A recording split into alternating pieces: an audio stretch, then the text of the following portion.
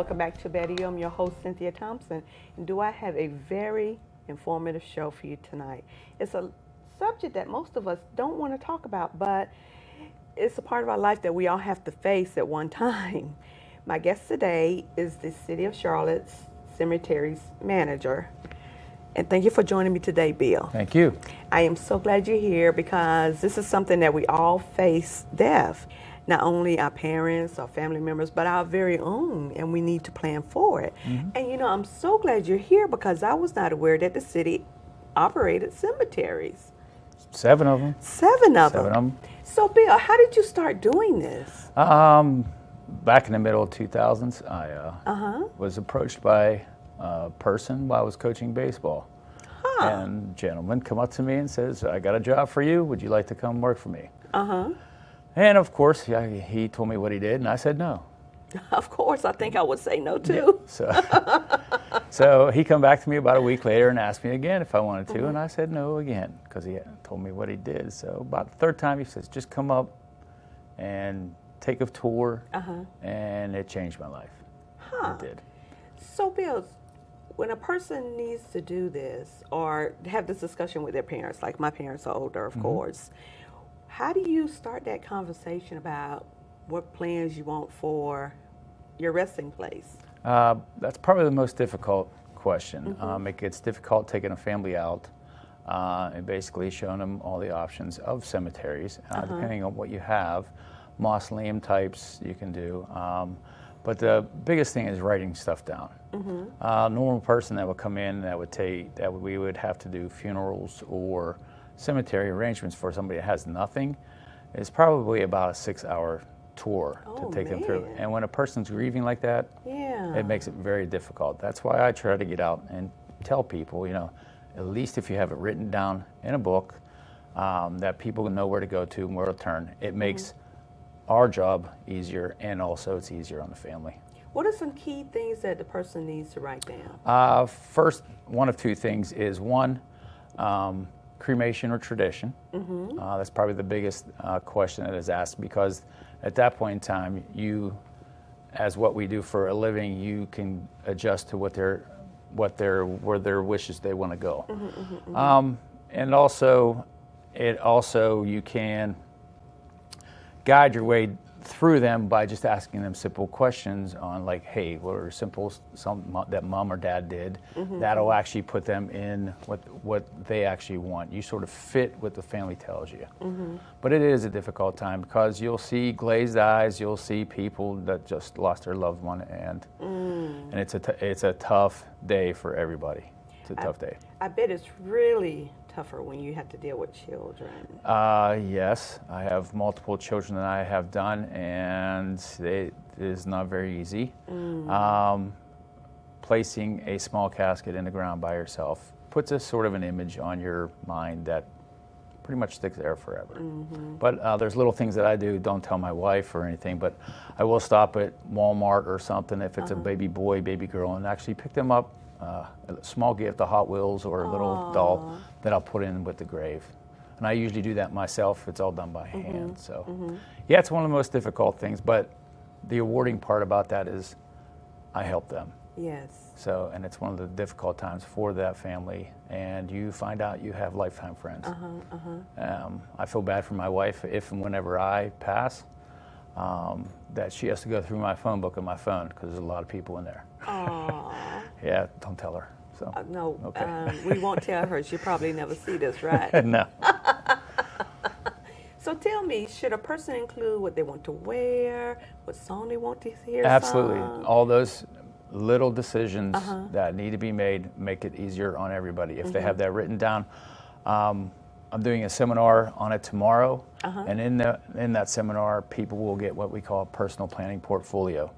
You can probably pick one of those up at probably any funeral home, any cemetery that actually guides a person to do that. So it answers probably about 100 questions when a person passes, what needs to be done. Because it just doesn't end when somebody passes. Just think of all the stuff that happens when somebody passes, especially nowadays with technology. Yes. That you have to close out Gmail accounts, you have to close out all that Wow. Facebook accounts, all that stuff will stay out there for a long period of time. That doesn't include, your Social Security and stuff. You have to send them letters. If a person would need help on sending letters to banks, credit cards, you have to close all that out, and that is such a long thing to do. And a lot of people do not know that stuff. I didn't even think about that. Yep, all the stuff that's left behind. One of the weird things that I have is that my dad still uses my mom's email account. My mom passed away 3 years ago. He still uses her account. So when I get an email, it's coming from my mom, but it's actually my dad. So, but he doesn't know how to start a new email account, so we'll just leave it alone. So, but that, and that's, a lot of people don't know that, and I try to help people through that. Decisions with caskets, urns, and that. A lot of people don't realize you can buy that stuff from Walmart. You can buy it from Costco. You can buy them off of Amazon. And that stuff will be there the next day for that funeral service. And I try to let people know that they have options. The biggest thing that happens is people panic. Yes, because you're in a state of shock and you're grieving too. So it's a lot of decisions to make at one time. Right. I can tell you a little story that, I had a family of 7 people sit around a big table. They just lost their dad. Mom was sitting beside me. 7 kids were screaming and hollering, hooting and hollering. And most people tell me, well, that's about money. I said, nope. They didn't know who went on the obituary first. They were arguing who went on the obituary. Are you serious? Yep. So it's a decision that you have to sit with families and guide them through, which I absolutely love to do. So tell me, you told us about the cremation and the traditional way that we bury people. Do you do anything special for our veterans out there at the city cemetery? The city doesn't do a lot with the veterans. We do have veteran sections. Now your nearest for the veterans is Salisbury, which is a national cemetery. Basically, a veteran can go there for absolutely free, including their spouse. Okay, the only thing that they would have to purchase for anything to go there is a casket. The government gives them their vaults. Whether they decide cremation or tradition, they have both available options there. That's why sometimes we'll get a call for a homeless person that has passed, that we did find his name, and we found out he was a dishonorably charged veteran, and we actually just forward them on to Salisbury. So we help them with that, with direction. So. Bill, you shared a lot of good information. Let's take a short break, and when we come back, I have some more questions for you. Okay. Okay. Thank you.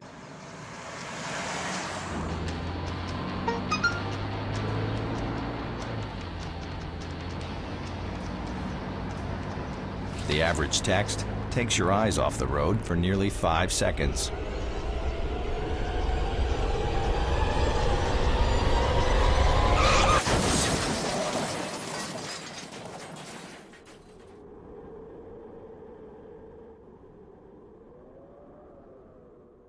Sweetheart, think about your future. Jeff over there did, and just look at him. He saved up, bought a house, he's got a beautiful wife, they even had a fancy pants destination wedding, and oh, they had a baby! Ah!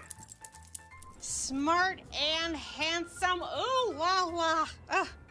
Now, I've been saving these frames for pictures of my future grandbabies for years, and the shopping sprees on organic clothing and telephone cases is not helping you save for a family. Oh, gracious! Look at that! He's a model! Oh. I bet you he's putting all that money right into a 401k or his baby's college fund. And his teeth are so straight. See how good saving can look at feedthepig.org. Feed the pig.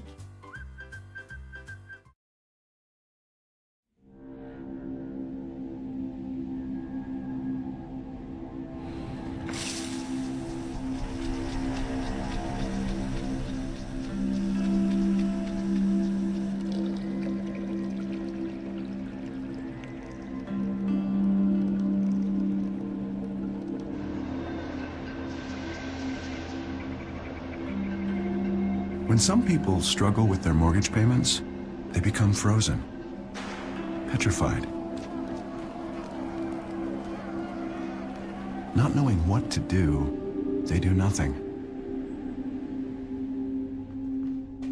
But the people who do something, the people who take action, are far more likely to get the most positive outcome. Making home affordable is a free government program. Call now to talk one-on-one with a housing expert about the options that are right for you. Real help, real answers. Right now.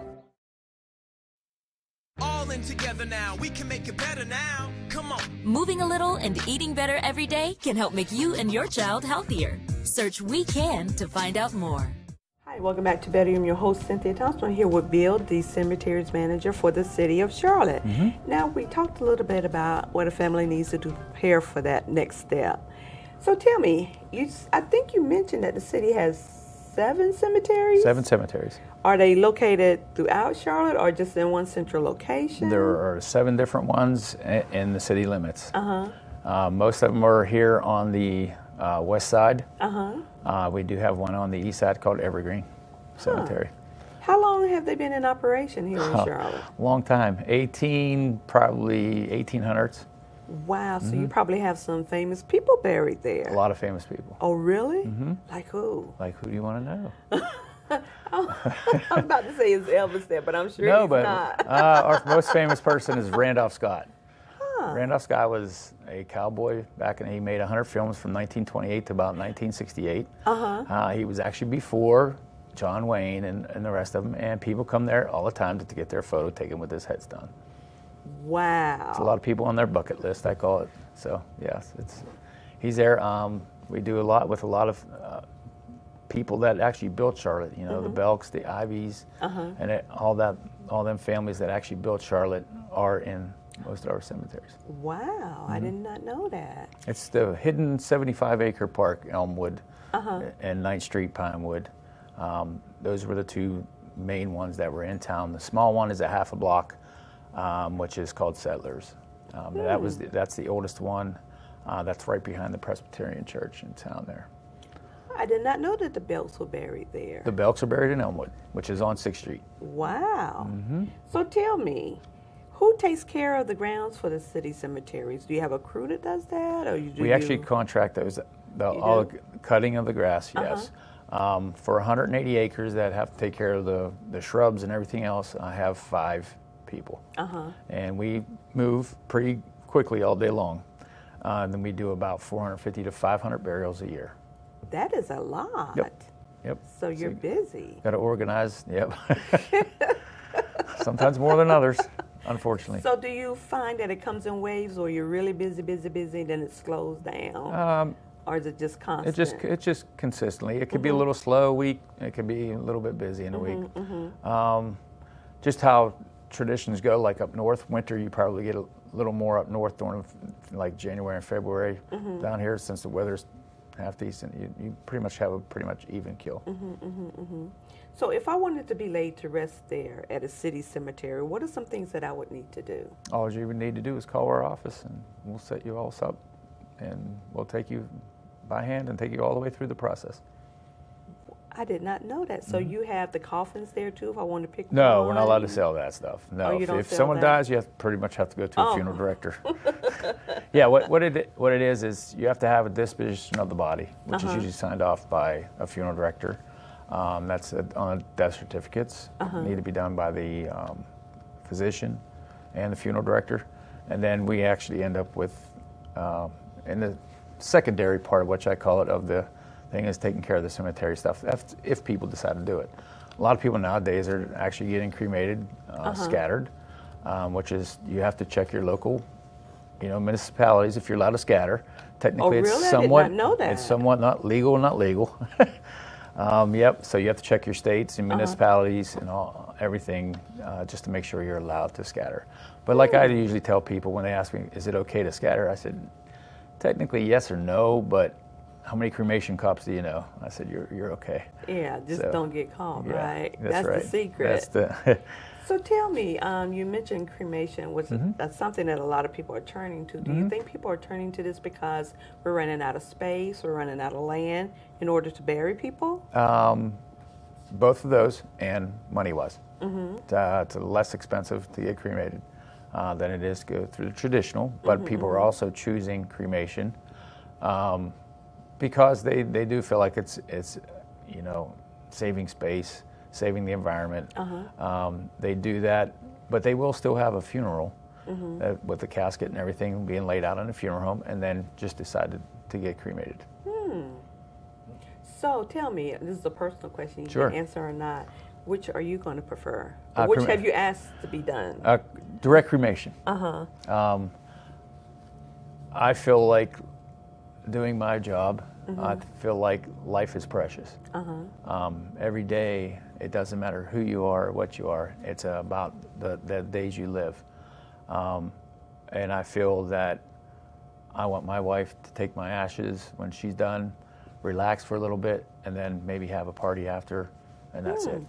With you at the center seat, right? I want a little bit of that. One little recognition. Yeah, and a lot of people are actually doing that nowadays, and it's. Oh, really? Well, we're finding out old traditional funerals used to last 2 or 3 days, and then they would take the person to the cemetery. Well, them families used to grieve in the funeral home for 3 days. They're finding that the industry's seeing that it can be very helpful to the family that when that person is cremated or put in the ground, closure comes much quicker. There's still more studies out that are doing it, looking at it, but it seems to help the families a little bit more. And it's kind of thing because the French think of it that way. It's a celebration of life when somebody passes. I believe people were scared to death because of fear, unknown, not knowing what to expect. But you find out once you get beyond that, it's one heck of a life, and that's why I tell everybody, live your life to your fullest, because we just don't know when. This is so true. It could happen at any time, Anytime. really. Yep. Yeah, we have no control over that part. No, ma'am. None whatsoever. So with that, we're going to take a short break. When we come back, I just have a few more questions for you. Okay. I see it! There are some moments only the forest can inspire. Find yours at discovertheforest.org. Millions of people are affected by disaster in America. And we're right there, providing food. With more than 200 food banks, reaching communities all across America. Donate now for immediate relief and long-term recovery. Every dollar helps provide food for disaster victims. Help now at feedingamerica.org. Checking your fantasy league? Nah, just my 401k statement. I can't seem to save anything. I got a pizza for a Todd. Hey, can somebody spot me? When it comes to financial stability, don't get left behind. Get tools and tips for saving at feedthepig.org. Hi, and welcome back to Betty. I'm your host, Cynthia Thompson. I'm here with Bill. And Bill, I am so glad you came on my show. You've shared some really interesting information about the cemetery systems here in Charlotte. But tell me, do most major cities the size of Charlotte have city-operated cemeteries? Not every city. Oh, really? No, it's not in every city. That's one of the things I've learned since I've come here, is the fact that as I'm doing what I call my investigational work on how cities run compared to the public sector, much different. Like you said, they're not in it to make money, where a lot of public sector is to make money. Yes. It's more of a service to our community that the cities do it, but not every city does it. Yep. I did not know that. I thought every city Nope. did it. Nope. After I found your name. So tell me, I know I asked you this before, when you have the highs and lows, when you're really, really busy and you're not. Do you find that you have more deaths in the wintertime as opposed to the summer? It varies. I mean, like I said, we were talking about is sometimes I think when we get our bills from Christmas, they pass away a little bit more. But remember also people in the summer will travel more, which causes more accidents more than anything. But mostly it can be seasonal at times, not all the time, not every year. It's funny because we can't predict death. This is true, yes. We can only, we actually, as human beings, deal with it. And that's why I try to get out and tell people, prepare for it. Once you prepare for it, guess what? Live your life. Once we know what's going on, and it's good for everybody. I know that you mentioned earlier that the Belks were buried at one of the cemeteries and some other famous people. Do you have records somewhere about who's buried where? We and do. all that stuff? Believe it or not, the city is working on getting it all digitized right now, which is a big project because you have to go back through files from 1800s. And yes, we have those books in our possession. That's mainly at our Evergreen office. That's where our main office is at, and that's usually where is my office. Tell me something, Bill. Sure. I didn't ask you this before, and I should have. What if somebody wanted to contact you? What is your phone number, your email address? Our phone number is 704-336-2123. Just talk to Denise, Karen, or Joya. Love them ladies. And they have probably the hardest job. They deal with families, and they know how tough it is, and you got to give them all the credit in the world. The maintenance guys actually meet the families in the cemetery to show them cemetery lots. They have it just as bad, and you got to deal with a lot of emotions. Yes. And there's lots of stories that I have that it's just emotions go from one range to the other really quick. They can love you in a second and hate you the next minute because you're taking their loved one away. They feel like so. But that's how you contact us. We also can catch us on the city website under cemeteries, and they'll be able to direct you right through it. I understand that you do several speaking engagements. You shared that earlier. If someone wanted to find out where you were speaking at next, or wanted you to come to their church or organization to come and discuss the city's cemetery system, how would they do that? Just call the cemetery office. My girls, they'll set me up. They usually tell me where to go. And yes, and I have done seminars all over the country. I try to put it more into a positive thing than just to talk about death the whole time, because to me it is about life. It's not. It's death is a part of life. Yes, it's our next phase, right? But let's live our life, and everybody, I would like to just get along and enjoy what you have, because before you know it, it'll be gone. You know what, Bill? We're almost out of time. Do you want to have any lasting words to share with my viewers? I would just like to say, for people to enjoy their life. I think it's very fragile. From what I see day to day, that it can be, it's tough when somebody passes. But to this day, if I had a chance to hug my mom one more time, I'd take it. She's been gone for 3 years now, and I'm sure a lot of people feel that way. So life is fragile, and sometimes as a human race, we take advantage of that. I don't like to see it that way. Come smell the roses. That's what I like to see. And I should have asked you this earlier. Can people come by and just visit the cemetery? Absolutely. Yep. I do tours. I do tours of Elmwood. I did over 100 last year.